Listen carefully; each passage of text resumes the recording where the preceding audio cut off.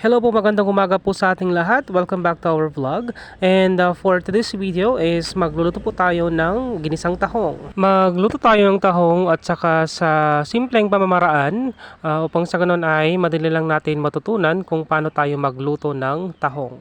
At ang pagluluto ng tahong mga ka-idol is kailangan lang natin ng sibuyas, luya at saka kamatis.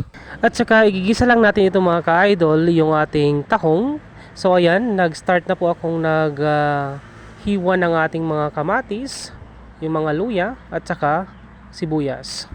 Alam niyo mga ka-idol, kahit nasa probinsya tayo ay nagmamahalan din yung mga bilhin kagaya ng kamatis sa luya or sibuyas. So yung presyo ng kamatis at saka luya ngayon mga ka-idol is sobrang taas.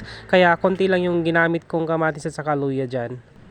At yung tahong naman is nasa 100 lang po yung isang kilo. At alam niyo ba mga ka-idol kung bakit nagtataasan yung ating mga gulay or yung mga ricados? So please comment down below. Pa-share naman kung paano nagmamahalan or paano tumataas ang presyo ng ating mga gulay. At para malaman din ng ating mga manonood kung bakit nga ba tumataas ang mga presyo. Para sa akin mga ka-idol, ito ay opinion ko lang. So merong dalawang bagay or factors kung bakit nagmamahalan yung or nagtataasan yung mga produkto natin or sa mga gulay. So number one is nakadepende kung saan galing yung ating mga produkto. Kunyari yung kamatis na binaba dito sa market is galing pa dun sa malayong lugar. Siyempre yung pamasahe at saka yung mga expenses or mga gasolina na papunta dito sa norte, so of course kailangan din nilang bawiin yon. At alam niyo mga ka-idol, din nyo ba napansin pag tumaas ang presyo ng langis, syempre tatas din yung mga gulay. At yan po yung unang factors kung bakit tumataas yung mga presyo ng gulay natin pababa dito sa probinsya. At ang ikalawa naman mga ka-idol is yung mismong nag-aangkat ng mga gulay or yung mga middleman.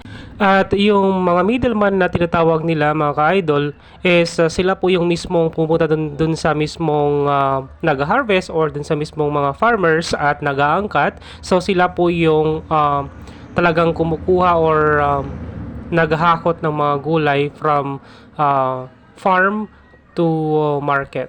So ayan, sila at saka sila yung nag-manage sa mismong presyo or sa mga presyohan ng gulay pagdating dito sa probinsya or dun sa karatig probinsya kung saan nila ibabagsak yung mga gulay na inangkat nila from dun sa farm.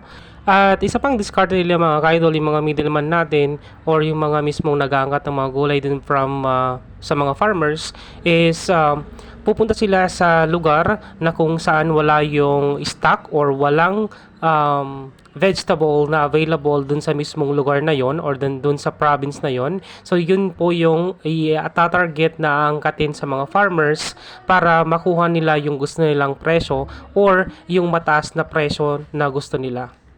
At ayun na mga ka-idol, so nakalain na tayo sa ating discussion regarding dun sa presyo ng mga pagtaas ng presyo ng gulay. So ayan po, naggisa na po ako ng mga ricados, pinagsabay ko yung kamatis, luya, sibuyas, ayan, ginisa-gisa ko na po. At after that, pag nagisa na po yung kamatis na or mga ricados po natin, pwede na po nating ilagay yung ating tahong. Tayo na mga ka-idol, so ang sinabi ko po dito sa ating vlog is isa lamang pong opinion at base sa aking experience. Ang pagluluto ng tahong mga ka-idol ay simple lang, so lalong-lalo na pag ako yung nagluto, ayaw ko yung masyadong maraming ricados or pampalasa. So ang ginagamit ko lang is yung kung may sibuyas, luya at kamatis, igisa mo lang, lagyan mo lang ng konting mantika, okay na yun mga ka-idol, at lagyan mo lang ng panlasa. At pwede rin lagyan ng gata mga ka-idol or yung gata ng nyog kasi yan po yun ang isa sa mga nagpapasarap or nagpapakrimi sa lasa ng ating ginisang tahong. Pero ang ginawa ko mga ka-idol is yung simpleng pagluluto lang, hindi na kailangan yung gata kasi of course wala tayong nyog. Mahirap naman kung pupunta pa tayo din sa mismong bayan. Pero kung gusto mo maglagay ng gata mga idol, meron ting mabibili na ready-made or ready na. Hindi mo na kailangan piga ng niyog or higad pa ng niyog kasi marami dyan sa tindahan or sa mga store na nabibili na yung ready mix. Tayo na mga ka-idol, so hinalo-halo ko na lang itong tahong, so hintay lang nating maluto at pwede na tayong kumain. At siguradong mapapadami tayo sa kanin nito or sa extra rice kasi sobrang sarap at yummy itong linuluto natin mga ka-idol.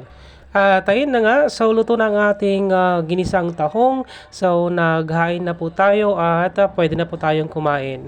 At dito na po nagtatapos ang ating vlog for today's video. So salamat po sa mga followers natin at saka yung mga palaging sumusubaybay sa ating vlog everyday. Maraming salamat din sa mga nag-share sa ating video at please subscribe to our YouTube channel and our FB page. Salamat! Hanggang sa muli!